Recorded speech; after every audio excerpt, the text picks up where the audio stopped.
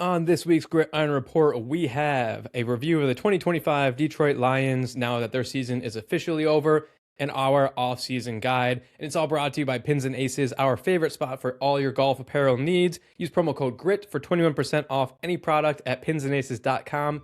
Let's get into it.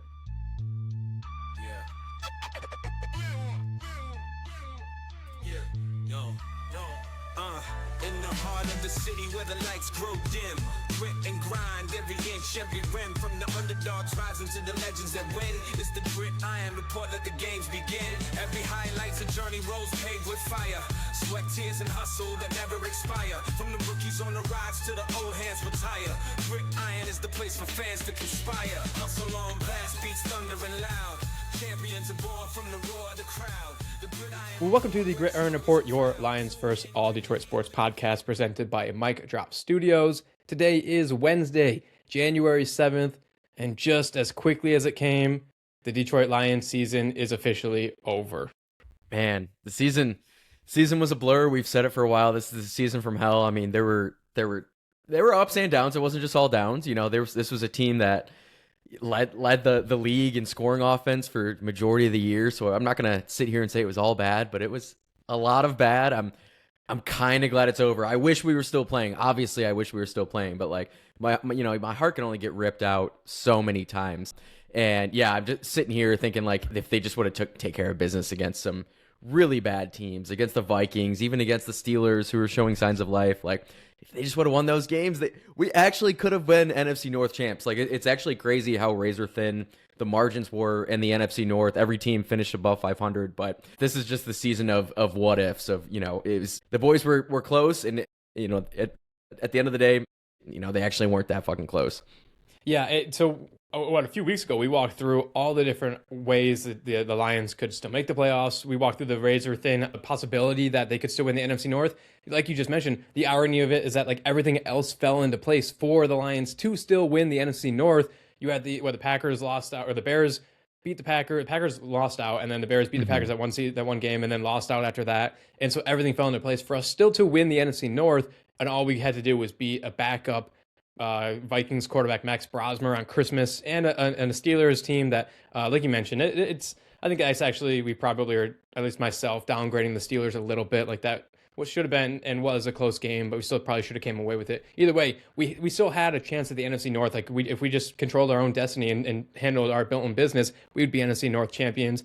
At the same time, though, like just trying to look at it a little bit glass half full.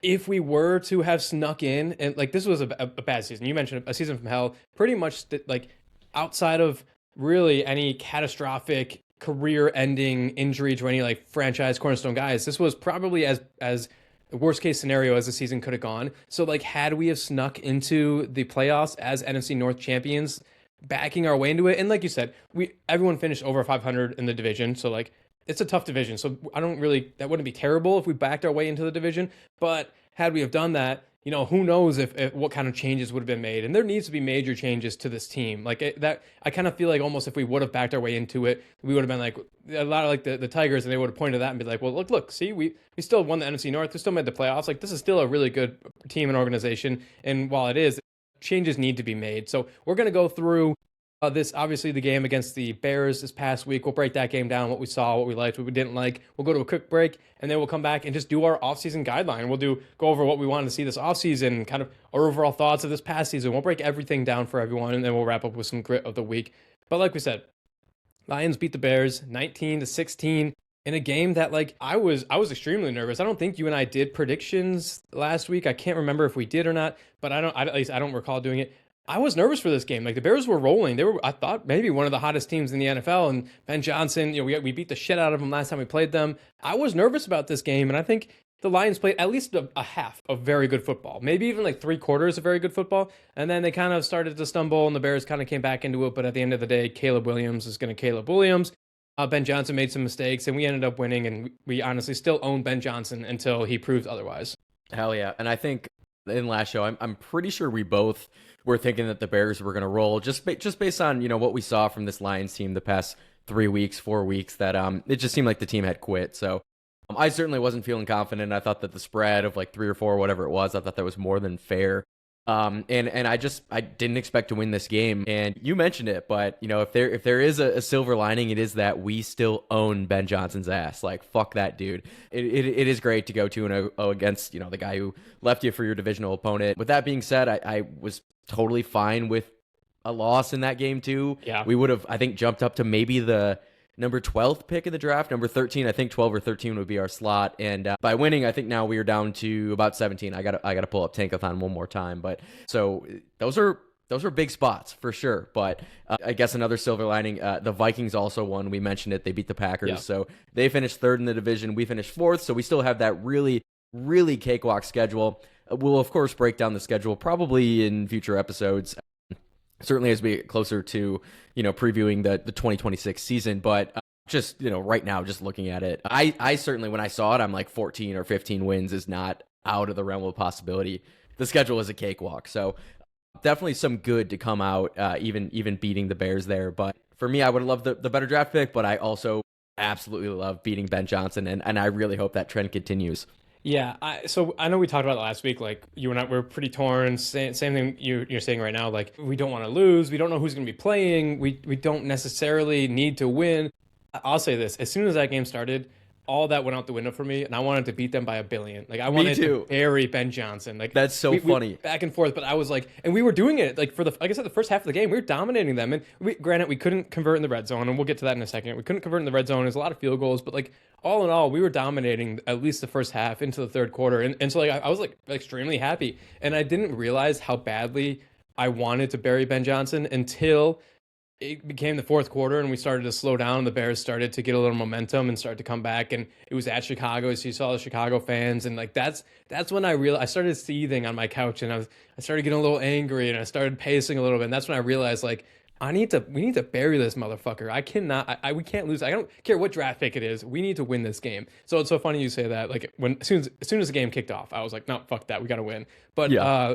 You're right. The Vikings lost, so we did technically miss out on some draft picks, but the schedule, we ended up still finishing fourth in the division. So the schedule, like we broke down last week, got tremendously easier. Now I think we play the Cardinals, the Giants, the Falcons, I believe, and the Titans. I think those maybe are the games. Maybe I'm misremembering a few of those. But I just have real quick the strength of schedule for 2026 because of how the division shook out. We have the 6th easiest schedule in the NFL next year, with an opponent winning percentage of 0.467, which is pretty darn good.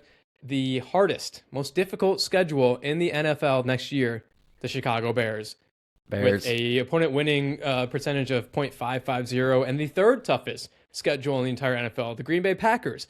So, like, honestly, I obviously I would have liked to have like a 12th overall pick. Well, obviously way later in the summer, or I should say in the spring, we'll break down draft picks like Caden Proctor. Like, I think we would have maybe been able to get him at 12. Like, that would have been great. But in a way, it did kind of fall out and perfectly. Like, we still were able to beat Ben Johnson and say, like, we still own you. You don't get too tough. We're still better than you. And we still got the easier schedule for next year, thanks to our friends over there in Minnesota. So, like, yeah, I thought, like, overall the outcome was likely kind of as good as it was going to get. Yeah, certainly not bad. And I'm looking at Tankathon, and I think it would have been the 13th pick if my math's correct. Looking at the strength of schedule, which is the tiebreaker among quite a few 8 and 9 teams that end up finishing 8 and 9, we would have slotted into that 13 spot. Right now, it's Atlanta's pick, but it's owned by the Rams, so we would have been slotted right before that. But regardless, I mean, still, the 17th pick is nothing to scoff at. There's still going to be some absolute studs. I have looked at mock drafts. Again, we're not going to break down mock drafts right now, but I was just, I was like, T-Dut loves mock drafts. I'm gonna click on 2. We were slotted to pick a cornerback in both of those mock drafts. So, like, I mean, just KMS. We were both on record saying we don't want that. We can't swing and miss on another corner. But I digress there. But just, I am overall, I'm happy that we ended on a win. I think that momentum is a big thing, especially with a team like the Lions. I really do think that a game like that, they can carry that into next season. And you never want to end on a 4-game losing streak, I think is what we would have been, right? So at least 3 games. I kind of lost count. I'm trying to zone out how many times we've lost this season, but yeah, so that's not bad. And then we said it. Fuck you, Ben Johnson. If we're not salty enough because they're in the playoffs and we're not, we might as well just beat him one more time. So overall thoughts on the game. I thought Jared was great. I know we had some friends, sending texts saying that, kind of over Jared Goff, and then he just slung it for like 300 yards after that. So thought he was good. I thought he was very good. Yeah, I thought offensively, like I said, about 3 great quarters. Really slow, at least a very very good half. We ended the first half with like 220, 240 yards total on offense, which is great. I thought Jared ended up going 27 for 42, 331 passing yards, 1 touchdown, and then he had his ill-advised throw towards the end of the game and late in the fourth quarter that we can get to here in a second.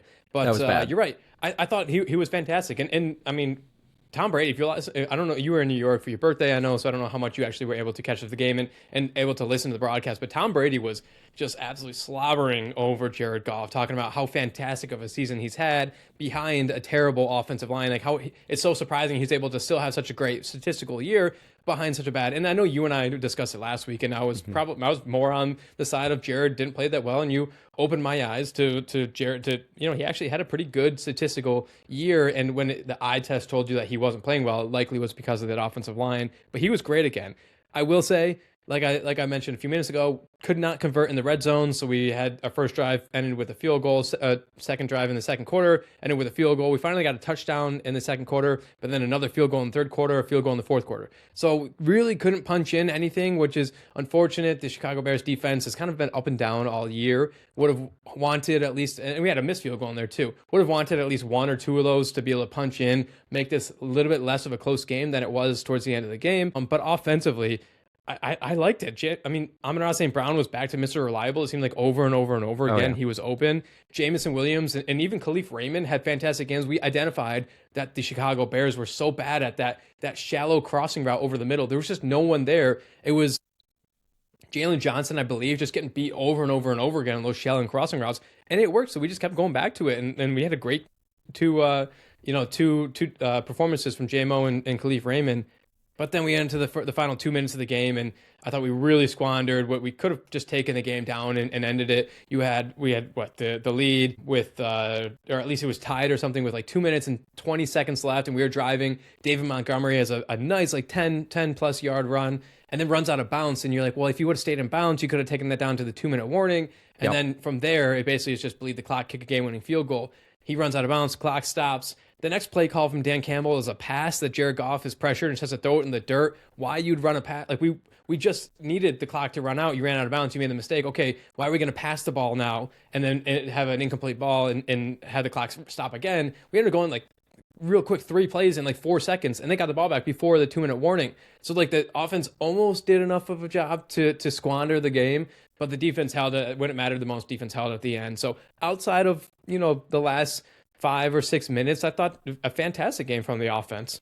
For sure. And like that Jared interception, like it's just it's basically an unforced error. It's something you just can't do, especially in, late in the game there. So yeah, definitely not something that we're really used to seeing Jared do. A lot of times he does take care of the ball, and most times he does, but that was definitely bad. And like you said, some head scratching moves from your veterans, that may or may not have been the last time that we see David Montgomery and Honolulu Blue. We'll talk about that a little bit later, but yeah, it was far from perfect. You are playing a divisional opponent. It's on the road. It's cold, Chicago. So, I mean, I think you might be a little bit more susceptible to some of those mistakes. But all in all, I mean, the guys get it done. Jake Bates hits the game winner when it matters. And we boys finished with a win.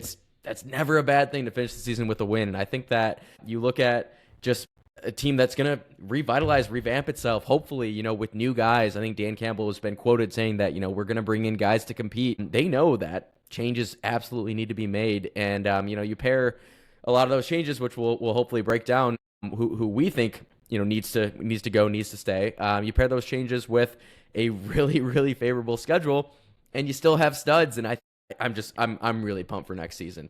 I think that next season, sky's the limit again, which, is something that we really couldn't say this year with our offensive line being as trash as it was and, holes in this team. So I am very pumped for next season. Yeah. Speaking of offensive line, they allowed 3 sacks.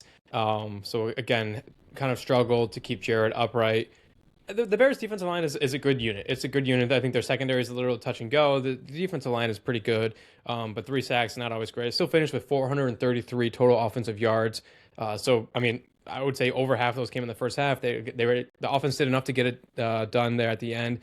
Defensively, I thought we stopped the run really, really well. Only allowed 65 total rushing yards to the Bears, 40 of them to DeAndre Swift. That's important. They've kind of had a really decent 1-2 punch in DeAndre Swift and Kyle Monangai, so much so that a lot of the Chicago fans and media have looked at David Montgomery and Jahmyr Gibbs, the Knuckles and Sonic and Knuckles, and they've given them their own 1-2 nicknames and stupid shit like that. So I'm glad we kind of put an end to that. He only had 65 rushing yards. The one thing the defense could not stop Colston Loveland. And I hate Colston Loveland just for his stupid fucking comments that he made when he was back at Michigan. He had to, Michigan State was just so bad when he was in college. And, he obviously during the post-game stuff could not stop bringing up little brother and just the stupid shit like that I hate from Michigan players and fans. We couldn't stop him. He had 10 catches for 91 yards and a touchdown. Like, he looked really good. And if you're a Bears fan, like, that's a hell of a way to finish the season for a rookie who came on really strong towards the end. So if you're going to let a guy get, if you remember back to the first time we played him, I think it was Roma Dunze went nuts for them. That he had like 130 receiving yards or something like that. So maybe that was part of our defensive concepts. We were playing a lot of man coverage, and maybe that we're allowing Colston to run free and trying to limit the run and limit everyone else. But damn it, did he run free? Yeah, he did. Yeah, and I don't know. I mean, they always run man coverage. It's not like it was something new this game. So it's still banged up secondary, and I don't know. There's only so much you can do. I mean, I think they did a good job of blanketing guys like Luther Burden. Bears had some other injuries to wide receiver, right? So yep. But I mean, DJ Moore, just another almost goose egg. So I feel like Loveland, he's the type of guy. He is a good player. There's a reason why he was drafted like top 10. Tight ends, it's a tough position. So it's something where there's just a big learning curve. They got to learn blocking and also receiving at the same time. So he didn't have a great season, but he came on as of late. So I think he probably is pretty good, and that might be why we're struggling. But I mean, dub's a dub. Yeah, I mean, I just more so on the defense. I just want to applaud them because, like I said, the offense had just terrible play clock, play calling, play clock management towards the end of the game, and Chicago got the ball back in I believe it was a tie ball game. After the interception, they had the ball back at above the 2-minute warning. All they then had to do, drive 40, 50 nowadays. How the way kickers are playing, 30, 40 yards. Run the clock a little bit, milk a little bit, kick a game-winning field goal, and the defense stepped up huge. They stepped up. They got, I believe, is a 3 now. If not, it was a little bit more than that. They put a stop to the game and picked the offense up. It was one of the first times in a long time that it was a little bit complimentary, in which the offense had a terrible sequence and squandered what should have been just a game-winning field goal right then and there. Defense stepped up. They picked up the slack. They ended up stopping the Chicago. We got the ball back. Ben Johnson punted the ball back to us with a minute around 2 minutes or just under 2 minutes remaining. Again, I think that's just Ben Johnson and his lack of experience his inexperience in head coaching, punting the ball. Probably maybe just go for it, because if you put the ball back to us, chances are we're going to move the ball and be able to kick a game-winning field goal anyways. So shout out to the defense for being able to pick up the offense there when the game mattered most, get us the ball back, and then the offense obviously took it from there. Jake Bates kicking the game-winning field goal. I also thought Aiden Hutchinson was really good in this game. Aiden, I think he had 2 or 3 sacks last time we played Chicago. He had 1 sack in this game, but I felt like he was putting his fingerprint on this game. I feel like he affected it in ways. I thought he played well. Malcolm Rodriguez, I thought, played pretty well. Jack Campbell did Jack Campbell things. Like, he always played well. You look at some of the other guys that Avonte Maddox, the hometown boy, I think from Southfield, he had an interception. That was just a terrible throw by Caleb Williams. I thought the defense played really well. This Bears offense has been looking really good under Ben Johnson. Like you mentioned, they had some injuries. Roma Dunze hasn't played in a few weeks. DJ Moore played, but I think he went down for at least a second with a non-contact injury and maybe came back, maybe didn't towards the end of the game. But they did a good job. I like Tyreek Williams ended up having a pretty good game. He had some pressures up front in the middle. So I thought the defense ended the season on a pretty high note. Again, the offense, maybe one half really high note. Defense, maybe another half, 2 halves of really high notes, other than, allowing 16 in the fourth quarter. That's never ideal. But all in all, I'm pretty happy with the way this game turned out. Defense was great, and hopefully, I talk about momentum. Hopefully, they can take a little bit of that momentum from that defensive effort and take it into the 2026 season. But I thought they were fantastic. They limited Caleb Williams to, I think, just over 200 yards passing. A couple of touchdowns, a couple of 2-point conversions as well, but that came late. Overall, I mean, especially the run defense. That was something. The run defense has struggled a little bit the last month.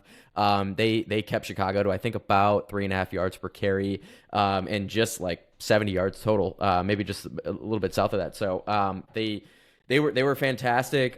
You mentioned, Ben Johnson, and should he have gone for it on fourth or not? I think that's a really tough one. It was about 4th and 5. The Bears. The thing is the Bears own 31-yard line. So yeah, if you don't get it, the game's pretty much over, because Jake Bates. The Lions could not gain a yard, and Jake Bates is probably hitting that field goal. So that's tough. They ended up punting it away. I think really another unsung hero. We've been shouting his praises, though. Khalif Raymond, he had about a 15-yard return on that punt, which set up the Lions with pretty decent field position, almost to the 40-yard line. And of course they didn't have to move that much to get into field goal range. But yeah, that's a tough one. I don't know. I honestly think I probably would have punted too, so I might be just as bad as Ben Johnson. But I mean, I'm very proud of this defense. Hutch was awesome. Hutch got his, I think, 13th sack, somewhere around there. Maybe 13.5 or 14.5 on the season, which is, again, don't quote me. I think that might be a career high for him. But yeah, he was just, another really fantastic season, and, a season where he's coming off that really gruesome injury. I think he's going to be able to build off that. And next year, I'm looking for big things out of Hutch. We can talk about what this Lions defense needs in just a bit. I think that if they give Hutch a little bit of help on the edge, the other edge, he's going to do some big things. Yeah, we'll get to that here just after a quick break. But you're right, Hutch ended the season with 14.5 sacks. He had 6 sacks in the last 5 games. So went through kind of spurts of he had, like I said, I think he had 3 against the Bears the first time we played him, then went multiple games with no sacks. Al-Quadin Muhammad, and it is so difficult. Like you just mentioned, the supporting cast around him matters so much. Al-Quadin Muhammad was eating all season in those times in which Hutch was really quiet. So was that because Hutch was taking on all the offensive pressure? Who's to say? Was it because he just kind of was going up and down or whatever? We'll never know.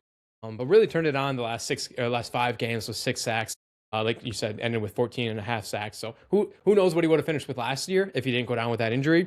Right. I mean, he was on pace for setting a record and stuff like that. So I'm really, honestly, shout out to him for. I mean, people were not calling for his head, but people were calling for more production from him, myself included. And I think you were saying the same thing. So yeah, I'm glad he was able to finish with a sack. And dear fucking God, please, can we please get him some help, for God's sake? Okay, let's go to a quick break, and then when we come back, we're going to get into all things offseason. We'll break down our overall thoughts on this past season, our MVP, most improved players, overall season grades, who we need to keep, who we need to let walk, everything having to do with the offseason just after this short break. All right, welcome back. So we don't have Guess the Lion because, as obviously, the Lions season is sadly over, but we do have literally plenty to talk about for this upcoming offseason. If you were coming onto the show, listening, hoping for a little bit of Pistons talk, a little bit of Red Wings talk, unfortunately, this is all going to be Lions just because at the end of the season, we're Lions first podcast. We got to get as much Lions talk as we can. We'll touch on them throughout the offseason. Every big date that comes along, every big news and stuff, we'll definitely touch on them, but we're not going to be able to talk very much in depth about the Lions for the rest of the offseason. So this is just going to be an all Lions first podcast episode today. So let's get into some of our off-season stuff. Overall, let's go through our predictions. So you and I at the beginning of the season, for most of these other 4 major sports, we'll go through when the season kicks off who we think our MVP is going to be, most improved player, everything of that nature. Trying to think back, I know for me, my most improved player was projected to be Terrion Arnold. Kind of a difficult evaluation there because a lot of people, the secondary was so bad. And a lot of people, it was kind of very polarizing, right? A lot of people were mad at Terrion Arnold for not being super locked down. But then you look at a lot of his numbers, and this team was a lot better when he was on the field. When you break it down, Terrion Arnold was a lot more important than people think. And then he obviously just couldn't stay healthy, and his season was ended. I think midway through the year, they ended up really shutting him down. And he had been lost even before that. So I think it's a tough evaluation. But I think if I do say so myself, I think that was a fair. I think that was a win. If we're giving ourselves wins or losses on whether we were right or wrong, I think the Terrion Arnold being one of the most improved candidates this season. If you look into his numbers and the defense with him and without him, I'm gonna take that as a thumbs up. That was correct. I'm going to be a little bit more harsh on you. I'm going to give you a thumb right here. If you're looking at the listener, not a thumbs up, but not a thumbs down either. And that's just because of injuries. And I mean, injuries they can be luck based, but the fact of the matter is he just has not been able to stay on the field. Yep. Yes, exactly. It's your best ability. So yeah, I think, when he's on the field, he was definitely improved. But for me, not being able to stay on the field, I just think that's a huge knock against him. So I'm giving you a medium there on that scale. I mean, that's fair. It's hard to evaluate. Maybe had he have stayed healthy, would that have been even better of a season? Had he have stayed healthy, would he have come back down to earth, or the defense kind of level out, and he would have struggled with a lesser cast around him? We'll never know. So going into some other guys, I don't remember who my MVP was going to be. I believe it was Jahmyr Gibbs, because I recall saying that just because we had the 1-2 punch of David Montgomery and Jahmyr Gibbs, and the writing was on the wall that it was going to be less of a 1-2. A 1A, 1B, and very much more so a 1 or an A and a B. And I think it was even more so than we expected, to the point where, like you just mentioned a few minutes ago, who knows what David Montgomery's future is going to be with this team, and how happy he is or how disgruntled he's going to be, because there's even more so an A and a B. But I think Jahmyr Gibbs, I think you easily probably could say he was the MVP for the Lions. I think you probably had him as your MVP. We didn't write this down. We need to be better podcasters and write this stuff down. We really do need to write this down. Yes, so I also had Jahmyr Gibbs. Yeah, I also had Jahmyr Gibbs as my MVP. I think that's a thumbs up on both of that. It is for sure. And I mean, yes, if you look at his numbers, he had a better season last year, but still a tremendous season this year. 1,200 yards on the ground, 13 touchdowns. And he's adding receiving yards too to that as well. I don't have his receiving yards in front of me. I really should, but 616 on the season. So that's actually an improvement from last year for Gibbs. So yeah, I thought he was fantastic. He was far and away our best player. So I think it's a win for both of us, even though it didn't really, at the end of the day, you still missed the playoffs. But I think that's a big thumbs up for our MVP nod. You talked about most improved player. Yours was Terry Arnold. Mine was a weird one. If you remember, mine was actually Isaac TeSlaa, which, like, you can say, how can he be most improved if he's a rookie? But I think you let it slide. You let me have that most improved. And I think, honestly, grading myself, I'm not going to give it a thumbs up or down. I think that because he did catch 6 touchdowns, that's kind of saving him. But on the season, I think he only had about, I don't know, did he have 20 receptions? He had 16 receptions. So it's a weird ratio. 16 for 239 yards, which, from a third round pick that you actually traded multiple thirds to trade up to get him. I think that it's, that body of work is just not there.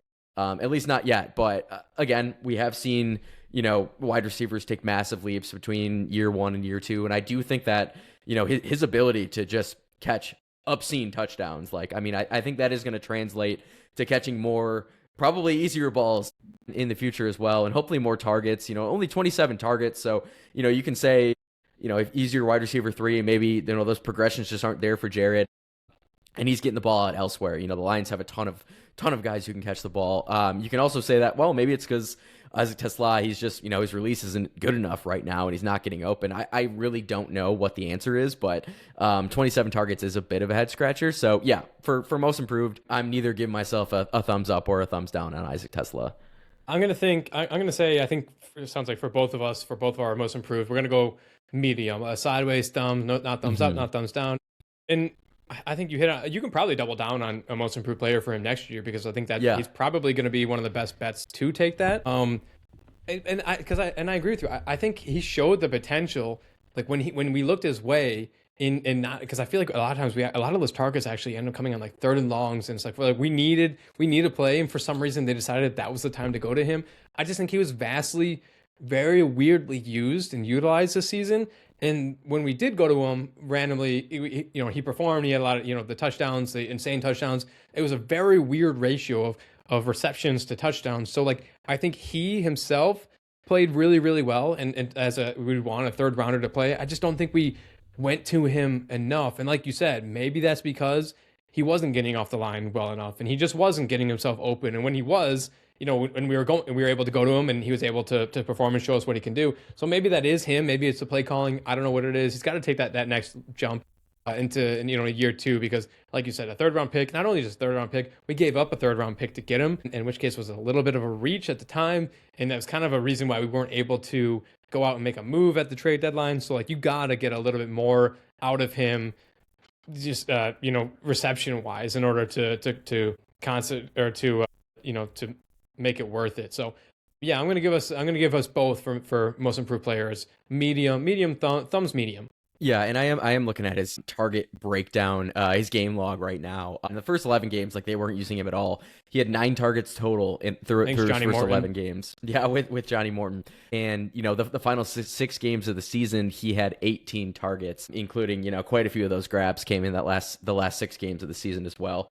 And at least 4 of his touchdowns. So yes, they did make a more concerted effort to get him the ball late. And again, I think that probably boils down to him being more comfortable with the offense and getting his feet wet. So yeah, I think just looking at that, I might have to just pick him again, just run it back, most improved next year. But we'll cross that bridge when we get there.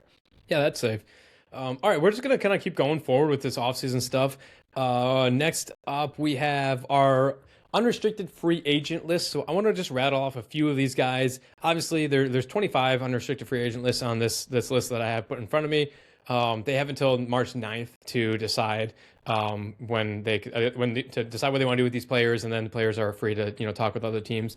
So there's a whole bunch of these guys that are second round, third round, or second teams, third string guys that we don't really need to go into. But I want to go through just a few of these guys. You tell me whether you're keeping them, and let's just kind of base this all off of they're all taking medium, very medium deals, if not maybe a little bit team friendly. I think that's kind of the culture that we've built here, other than maybe Anzalone, who is very publicly in sort of a contract dispute. Maybe that's more about his age and stuff like that. But let's go on the premises of all these guys are taking very mediocre, if not maybe a little bit team friendly deal. Are you having them back, or are you going to let them walk and use that as an opportunity to look elsewhere and try and get better on for this team? So let's just go through a few of these guys.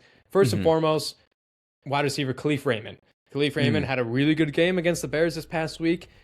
Depending on his contract, are you letting him walk? He's a pretty valuable return man. I actually think he played a lot better last season as a return man. He kind of struggled to start this year, if you recall, with his returning. Had a lot of questionable fair catches within the 10-yard lines, then would let a few go out of nowhere and be down. It had kind of struggled a little bit, but as a return man, as say a wide receiver 4, are you bringing him back? Are you gonna maybe let him walk and look elsewhere for majorly the return position? I really like Khalif Raymond. And yeah, as much as I would want him back, my only hesitation and my knee-jerk reaction, my gut reaction does say I want to keep him. I want him back. But he is 31 years old. He will be 32 by the time the season starts. And there's so much data on wide receivers when they hit that age 32. It's actually obscene. They fall off a cliff. And it happens to the greats. It happens to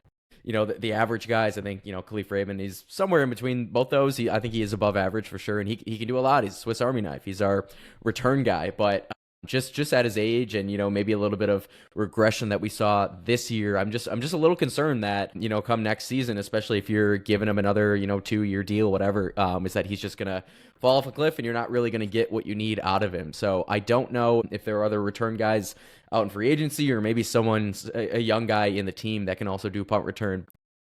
His age is the only real thing that is is keeping me from saying keep Khalif for another season. Yeah, I'll say this. If I'm going to bring him back, it's got to be in an extremely team-friendly deal. Basically, he doesn't want to go anywhere else. I know he's good friends with Amon-Ra St. Brown. A lot of times when you see the media team put out who would you call 2 a.m. to the other players, and they're oh, who would you trust to watch your kid, or whatever. A lot of them say Khalif, and for good reasons and bad reasons. A lot of them just know him; they're all buddies. So you did draft Sione Vakai to kind of play that gadget role of offense, defense, returning. So if you ever want to utilize that draft pick, you probably got to let Khalif go at some point. So for the sake of time, let's move on. Next guy, are you letting walk, or are you going to re-sign? Defensive tackle DJ Reader, brought in here from Cincinnati, kind of was just a big body up front, known as a legit run stopper. I think he did that pretty well during his time here. Again, similar to Khalif, his age is going to be kind of the main concern there. Coming here, he had a little bit of injury concerns. Was pretty healthy, I think, for the most part during his time here in Detroit. Are you bringing him back, or are you letting him walk with the addition of Tyler Williams and Aleem McNeil being healthy? What are you doing there? This is a tough one for me. I think we don't have a ton of depth at defensive tackle. We haven't for quite some time now. It's so funny. Like they're almost the same age. I think they were born like maybe a month apart. DJ Reader and Khalif Raymond. And I mean, it's similar. I mean, I feel like, your big D tackles, like they can have success a little bit later in their career age wise. But yeah, this is I'm leaning more towards, having him for another season. I think that DJ Reader did enough, and especially when, Aleem McNeil still coming off that injury, missed, a good portion of the start of the season. I thought that, I liked what I saw from DJ Reader. Tyleik Williams, another guy, really young, really just getting up to NFL game speed. And I think that because of that, paired with the Aleem McNeil injury, I think that DJ really stepped up. And so I'm probably bringing him back. Okay, so it's not really fair to you because I have this list in front of me. Another guy on this list that we don't really have time to get into, another D tackle, Roy Lopez, brought in here on a 1-year deal. I thought Roy Lopez ended up coming through and having a pretty good last few weeks. I think you can get Roy Lopez on a lot more team-friendly deal than DJ Reader, and I think you're expecting your 1-2 defensive tackle punch to be, like you mentioned, Tyleik Williams and Aleem McNeil. So I'm letting DJ Reader walk. I think his age, I think he did start to slow down a little bit. I think his injury concern a little bit. I think I'm going to let him walk and try and do more of a team-friendly deal with like a Roy Lopez or like a bargain bin guy to be that third defensive tackle that, needs to come in 10 snaps a game or something like that. DJ Reader, he did play all 17 games this season. So I thought from that standpoint, that was fantastic. But if I'm choosing between DJ Reader and Roy Lopez, again, I haven't seen this list. I thought Roy Lopez had a hell of a season, especially considering like what we expected out of him at the beginning of the season. I mean, hell, I didn't even know who the guy was at the beginning of the season. And I feel like he had his name called on so many times. And just, came up big sacks, big tackles. DJ Reader, no sacks on the season, which, it's a D tackle, so it's not like you're expecting him to have a ton of sacks, but you're still, you're going to luck into a couple. You would expect your D tackle to still have maybe 2 or 3 on the season. So, zero, bit of a head scratcher there. So yeah, I am going to go with Roy Lopez over DJ Reader. Yeah, I think Roy had at least 1 or 2. Oh yeah, I think he had multiple. I think here I'll look it up right now, but. I think, like I said, he came on the last few games, and I remember like his name was called multiple times too. Okay, yeah, his name was called multiple times. So that's what I'm doing. I think I'm letting DJ Reader walk. Next guy, I mean, I don't really think I really need to ask this guy. I think it's going to be very easy. Marcus Davenport. Who? The guy who didn't play again for like the. Don't let the door hit you on the way out, buddy. Yeah, sorry, Marcus. That ship has sailed. Like, it was an experiment. I don't know why we thought that it would be different than any other teams he's played for, but no, that's an easy one for me. I think I'm good letting him walk.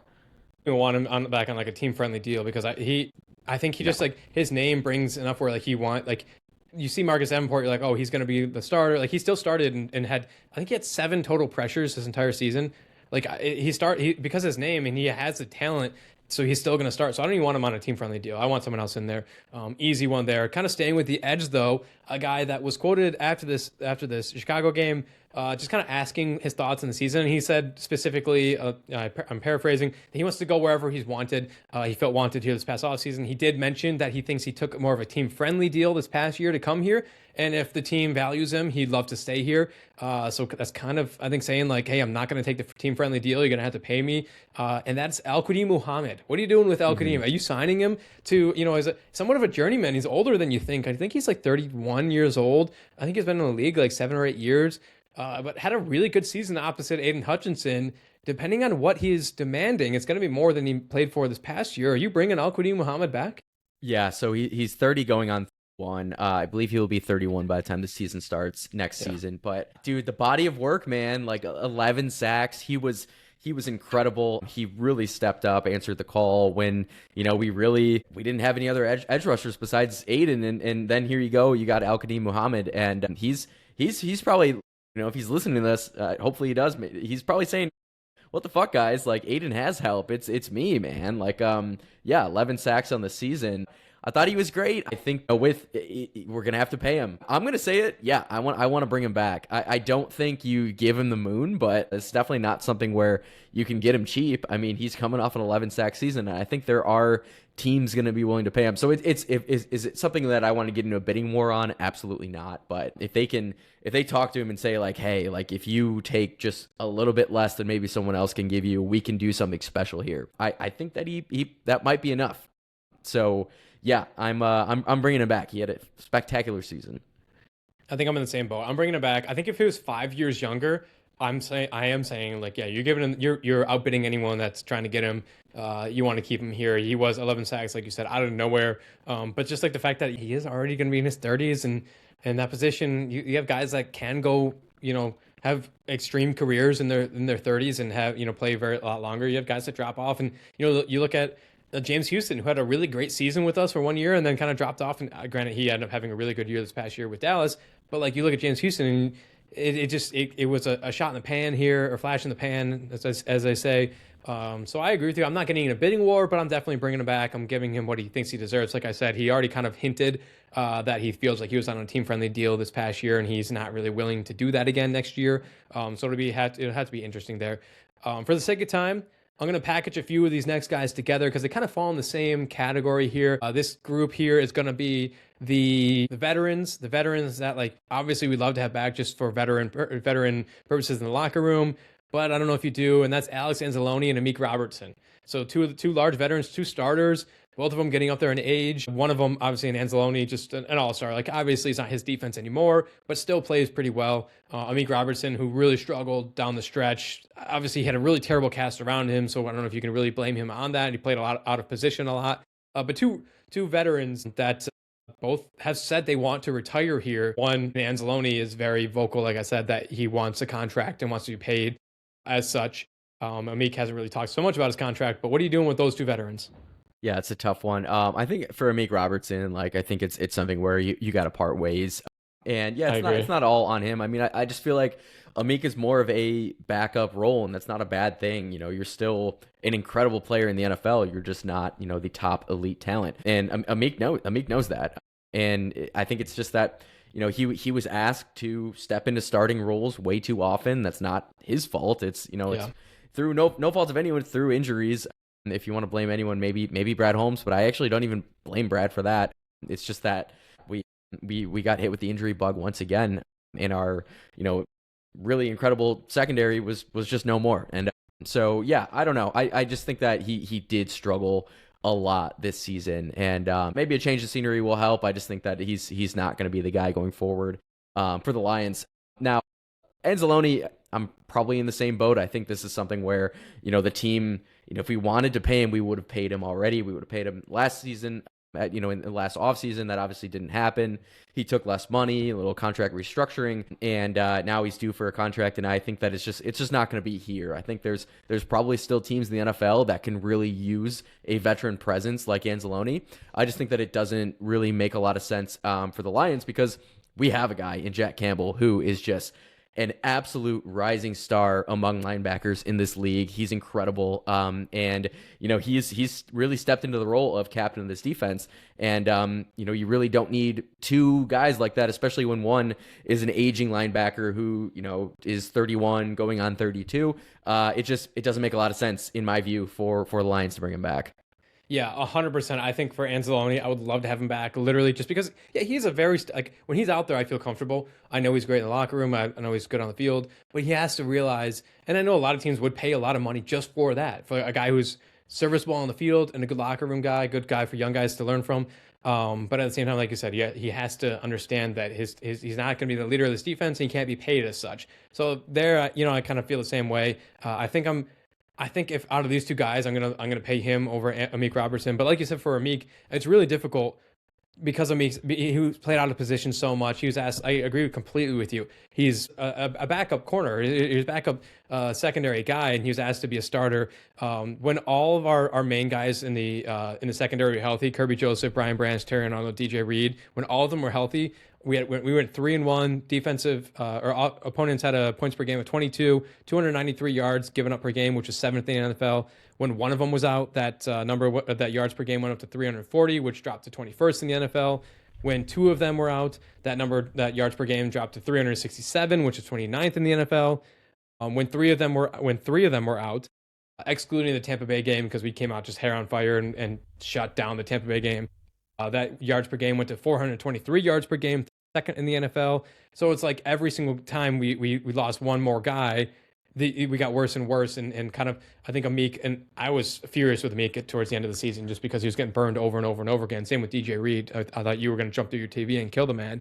And so I think if we can build around him and allow him to go back into his position as a backup, I think I'm paying him. But I just don't see Brad Holmes doing that, so I'm going to let him walk. But again, packaging a few of these guys up, the last kind of group that I want to go through before we get into our last few Lions things, the younger guys who really haven't hit on or has hit early but has struggled with some injuries. We got Levi Onwuzurike, Josh Pascal, and Malcolm Rodriguez.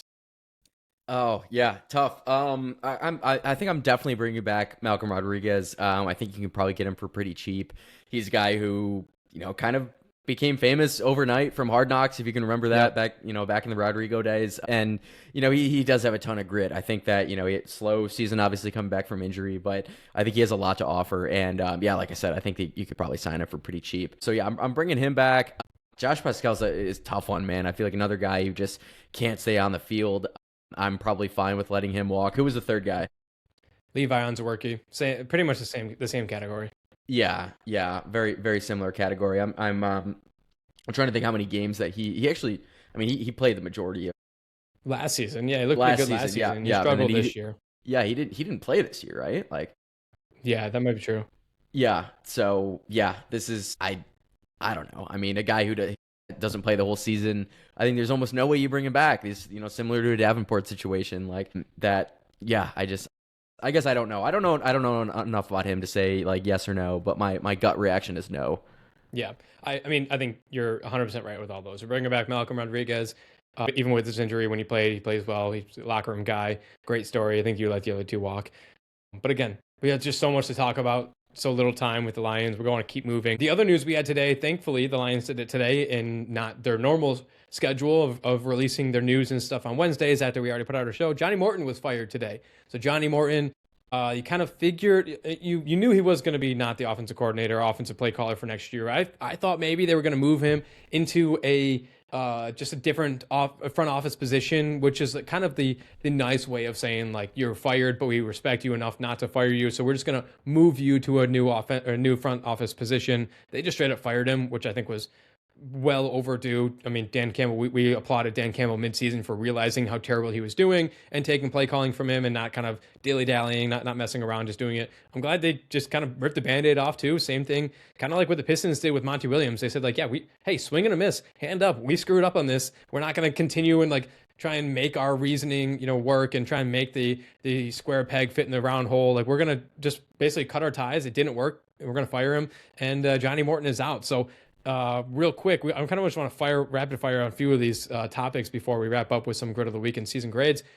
Who do you want to replace Johnny Morton? Because I got a few names in mind. I've mentioned them a few times over a few different shows. If you had your druthers, who's coming back? Who's coming here to be OC?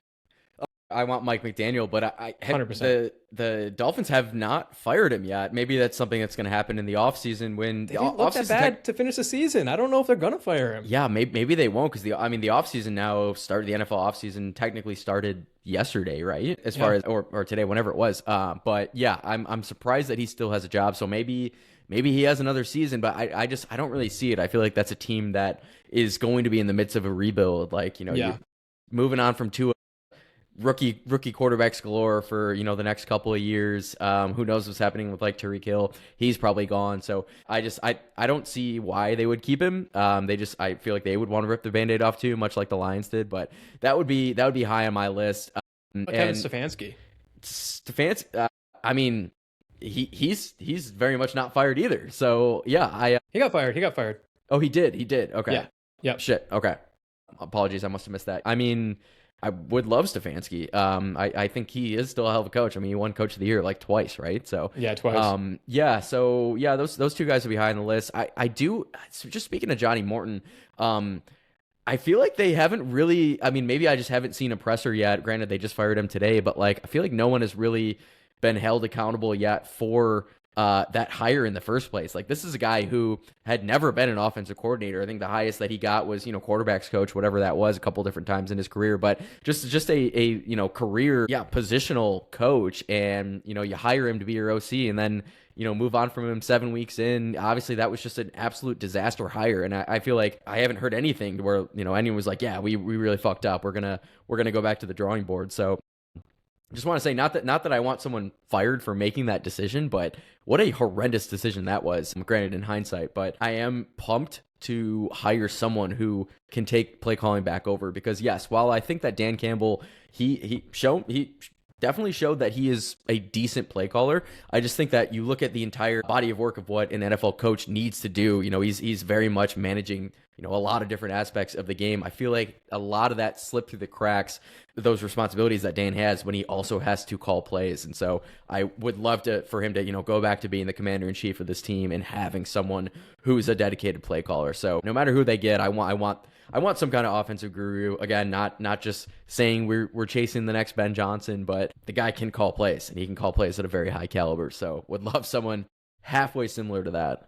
Yeah, 100%. I think Mike McDaniels is a home run hire. I don't know if it'll happen. It's funny you say that because my dad, shout out listener Greg, and I were talking about Johnny Morton today, and I told him like it was the quintessential like us talking ourselves into Johnny Morton being a decent replacement for Ben Johnson when everything pointed to him not being able to work out. He was an offensive coordinator 1 year for the Jets in 2017. It was a disaster. They were terrible. And we were pointing out like, oh, but he had Matt Forte, how is he going to make anything work with Matt Forte? Like we were really straining to make it work, and he ended up getting fired because he had differing opinions and was too stubborn and hard-headed, and it didn't work with the Jets. And if it doesn't work with the Jets, if they fire you for not working, that kind of says a lot. So it was a classic situation of us like just trying to convince ourselves that this was going to work, and it was never going to work from the beginning. So I agree with you. I think, and we never will probably hear anything about like, oh, it's our mistake, whatever. But again, I'm just glad they didn't prolong it and like try and make it work so they don't seem stupid. They just kind of ripped off the Band-Aid. But the last thing I want to say real quick, just give me your three positional upgrades that we need this offseason, because I have mine. Before we get into our season grades and finish up with some grid of the week, 3 positional upgrades that the Lions need to do this offseason through the draft, through free agency. Give me 3 positions we need to upgrade. Yeah, so I'm going center. Center, I mean, that's just you're probably going to lose Graham Glasgow to retirement. Even if he somehow does come back, I feel like he's not going to be with the Lions. I don't have his contract up in front of me, but it just seems like that experiment. He's a guard, so he can step into center occasionally, and he's okay. But to be your starting center for an entire season, we know that experiment has failed. Yeah, you need to upgrade at center. And probably left tackle, probably similarly Taylor Decker, who's a warrior, and we love Taylor Decker. Had a tremendous career with the Lions, but I think that career, he's showing that it's coming to an end. His body was failing him all season, multiple injuries. Again, just a warrior. Much like like Ragnow, these are some of the hardest positions in all of football, in all of sports. Is that offensive line, you're just taking a beating time and time out. So yes, I think that you're probably going to lose both of them to retirement. So center, left tackle, very high on my list, and then third, I would go defensive end, and if I have another one, corner would be huge too. But yeah, for me, it all starts with the offensive line. I think the rest of it, you can win games if you don't have just the best secondary in the world, and ours was injured for a lot of the season. You can't win games if your offensive line sucks. We see that firsthand, especially with a quarterback like Jared, who I'm a huge Jared guy, but without an offensive line, he's going to be shit. It's not just a Jared thing. It's probably most quarterbacks in this league. It all starts with their offensive line. So those are key positions for me. I would say almost exactly the same. You can go back and forth on edge and cornerbacks, whether that's like the third position or need. I agree with you. If you if you improve the edge rushers, the pressure there, it helps the secondary more so. And obviously it works vice versa, but just not as much. I agree with you. I think you're losing Taylor Decker. I think you're losing Graham Glasgow. The offensive line this season, Detroit ranked 20th in run block win percentage and 30th in pass block win percentage, which was just terrible. I mean, Taylor Decker, I mean, he was just injured all year. Even when he wasn't injured, he wasn't playing all that well because of his injuries this year. I mean, he's going to be 33 years old next year. He had shoulder issues. He had back issues. Through week 17 in 2025, he fell to 43rd out of 70 ranked tackles in pass block win rate and ranked 61st in run block win rate. So like even when he was playing, he was so not healthy that he just really struggled. So you're losing him. I really think you're losing Graham Glasgow as well. So you have to identify those and address those two guys. And I don't even want to maybe one in the draft and the other via free agency. I don't want both draft. I don't want a first round pick there and like a 6th round pick. Like it's got to be a free agent and a first round draft pick if you're going to do that. 100%. And I'm glad that you brought that up because that's something I wanted to talk about as well. I think a lot of it has to be free agency. I mean, granted these free agent left tackles and centers, they're not just growing on trees, but I think that if there's someone out there, you have to be aggressive in free agency. And then say again.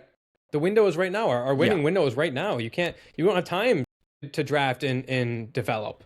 For sure. Absolutely. And just a plug and play center, a plug and play left tackle, maybe in the first round. And again, we have the 17th pick. So, that could be, a sweet spot for getting a guy like that. But yeah, I do agree. The window is now. You have to be aggressive in free agency and see what you can get. Cause there are some really good options, maybe some veteran pieces. You can, potentially plug a veteran at left tackle, invest in draft capital in a center, vice versa, whatever it is. Like, I think they can get creative with it, but it all starts with the offensive line, and big changes are going to need to be made. Yeah, and so we'll know over the next few weeks of who's available, who teams are going to bring back, like we did with our list. Like we still don't know who's everyone's going to bring back. So, all right, let's begin to wrap up our show with our overall season grades. Before we do so, though, overall season grades from us are brought to you from a sponsor. No?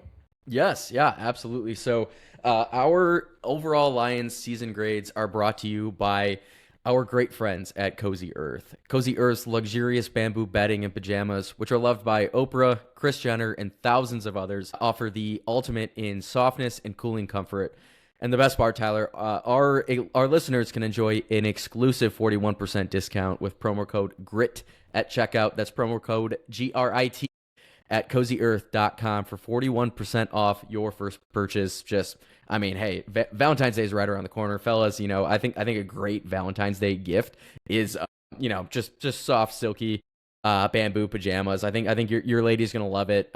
I'm certainly gonna be thinking about that. Hopefully, my girlfriend isn't listening to this episode, so she can still be, surprised if, when Valentine's Day comes around.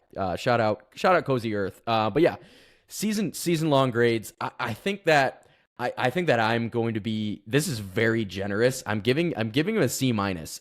And I want to give them an F or a D.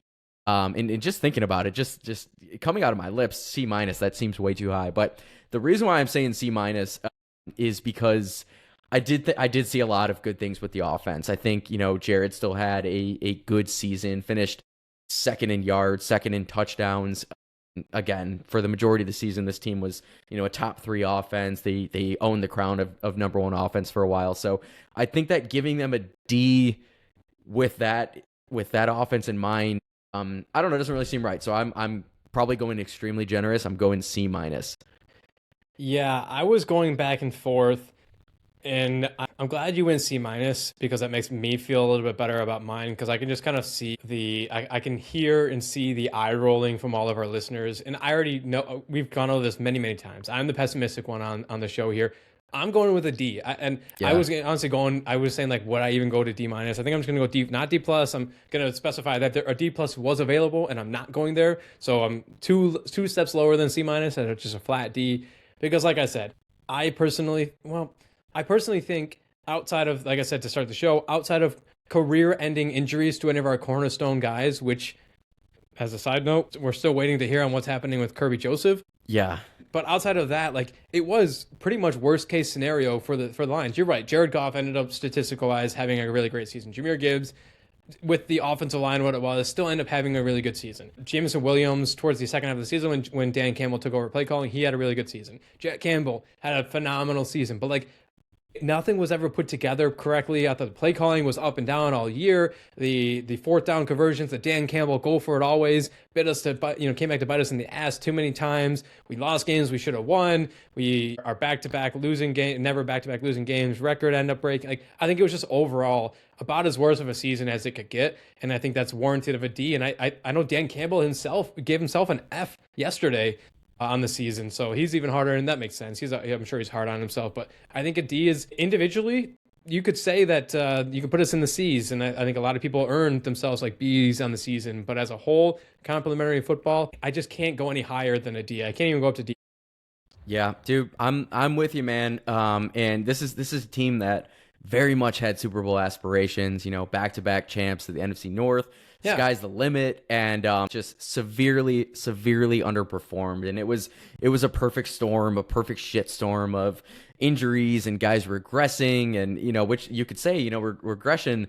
That's something that you probably as a GM you should see coming, especially with Right. Left 100%. tackles and centers that are 32 years old, whatever. You got guys retiring that may or may not have been on the radar of ownership, but regardless, man, like this is just it was a perfect shitstorm. It was a shit hurricane, and it ended with a 9-8 season and missing the playoffs, getting just boat raced by pretty much everyone else in the NFC North, not named the Chicago Bears.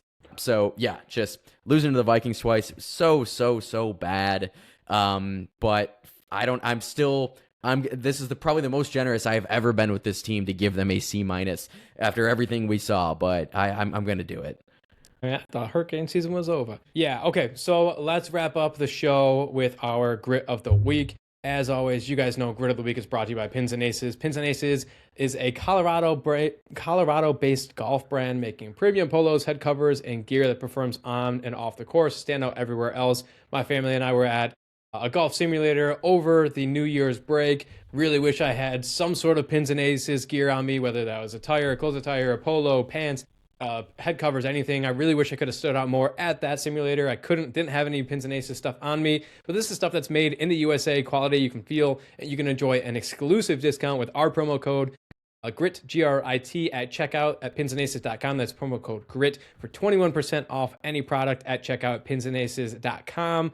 My Grit of the Week is going to be, I feel like I should have given it to someone on the football field just because this is the last game for the Lions, but I can't in good nature give it to anyone when the rightful Grit of the Week for this week is Jackson Kohler from the Michigan State Spartans. Wow. Jackson Kohler has been fantastic for the Michigan State Spartans. Out of nowhere, I think really we weren't sure who was going to step up from this Michigan State team. Jackson Kohler has been fantastic this year. He leads the team in points per game with 14.2, leads the team in rebounds per game in 10.2. Outside of that, he's playing way above his means. In the Big Ten, he ranks among not just Big Ten, all Power 5 power forwards and centers. He is number one in 3 points made with 29. He is number one in 3-point percentage, shooting a 53.7 point percentage. He leads all Big Ten players, not just centers and power forwards, all Big Ten players in 3-point percentage while being in the top 20 in the conference in makes. He's doing it at a really decent volume. It's not like he's just throwing up one per game. He's doing it really, really decent volume. So Big Ten, NBA, or college basketball in general, I think Jackson Kohler is really surprising all of us. The kid from Utah, Grit of the Week for me. Man, that's awesome. I mean, Jax, he is the heart and soul of that team. I mean, you could say, him and Jeremy Fears, I think they definitely both are the heart and soul. But yeah, like he's incredible, man. I mean, he's shooting at such a high clip. I didn't even think it was possible. I mean, watching Michigan State basketball the last 3 seasons, and we couldn't hit water if we jumped out of a boat shooting from Right. 3. So I really I didn't think it was possible that any of our guys could shoot anywhere near this good, let alone your center, your big fella. I mean, I can't even tell you how many games where he is, not missed a shot from 3. Like he's gone 3 of 3 or 4 of 4 from 3. It's happened multiple times at the very least. So yeah, I mean, he's been awesome. He is the glue, and he just gets so pumped. Like after he hits a big 3, hit a big one last night, and then I think USC called a timeout. He is just the most pumped possible. So yeah, absolutely embodies grit of the week. Shout out Jackson Kohler.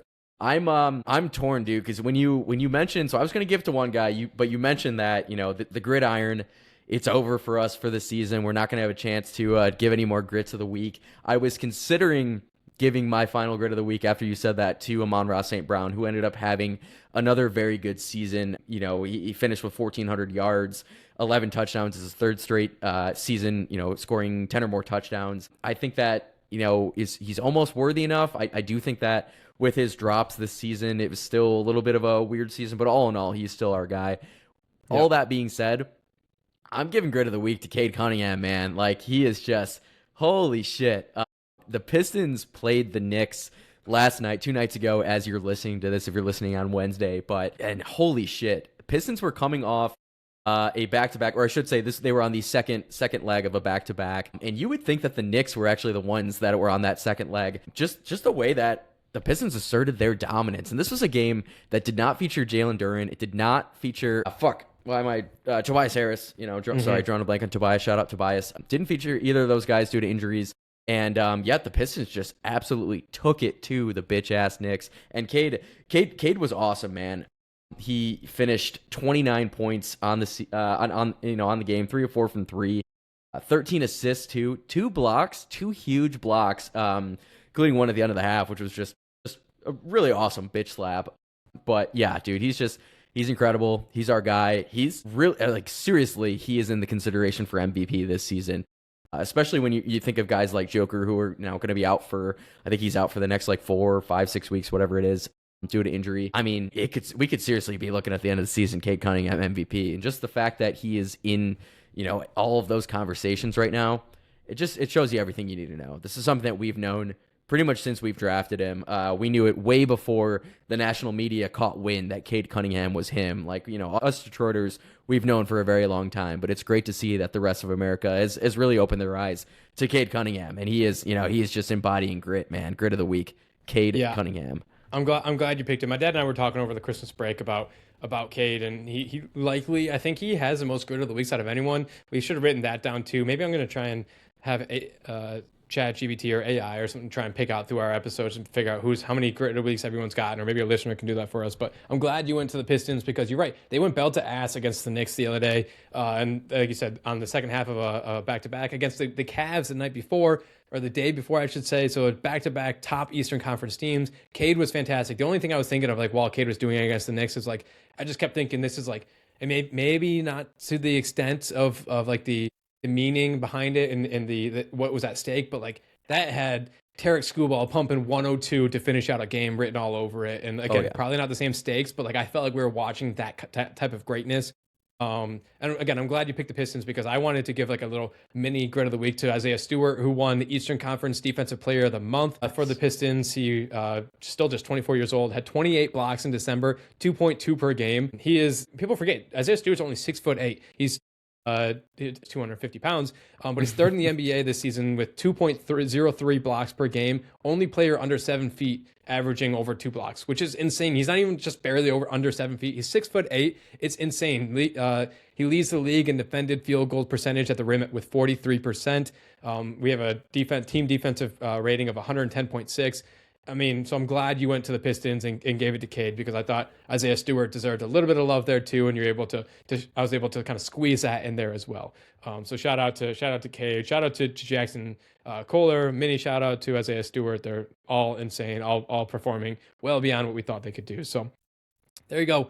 That was a very long episode, almost primarily outside of Grit of the Week, only on the Lions, last one of the season. Hopefully you guys liked it. But that was our show. Thank you for tuning into this week's episode. You can find both Kyle and I on Twitter at Kyle_Marino, myself at Dutton_Tyler. You can follow the podcast itself on TikTok and on Instagram at Gridiron Report, or on Twitter at Gridiron Report 1. You can watch these full-length episodes and see our beautiful faces on YouTube at Gridiron Report as well. Finally, you can join the conversation next week by calling into the Gridiron Report voicemail for us to play and discuss on the podcast. That phone number is 313-306-7939. And finally, if you like this episode, please take a moment, rate it 5 stars, leave us a review saying so, follow us on all forms of social media, call that voice line, Let us know how you thought the Lions season went. Let us know what you want this offseason to look like. Let us know what you think about the Red Wings being atop of their division, or the Pistons beating the shit out of the Knicks. Let us know everything you guys want with that voice line, 313-306-7939. Thank you guys for listening.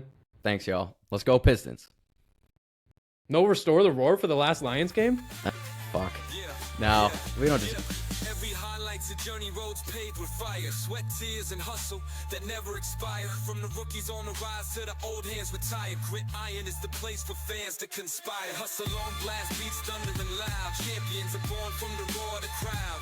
The Grit Iron Report where the stories are proud. Tune in, bring the heat, make your fandom a vow. Make your fandom a vow. Make your fandom a vow. Make your fandom a vow. Make your fandom a vow. Make your fandom a vow. Make your fandom a vow. Make your fandom a vow. Your fandom a vow.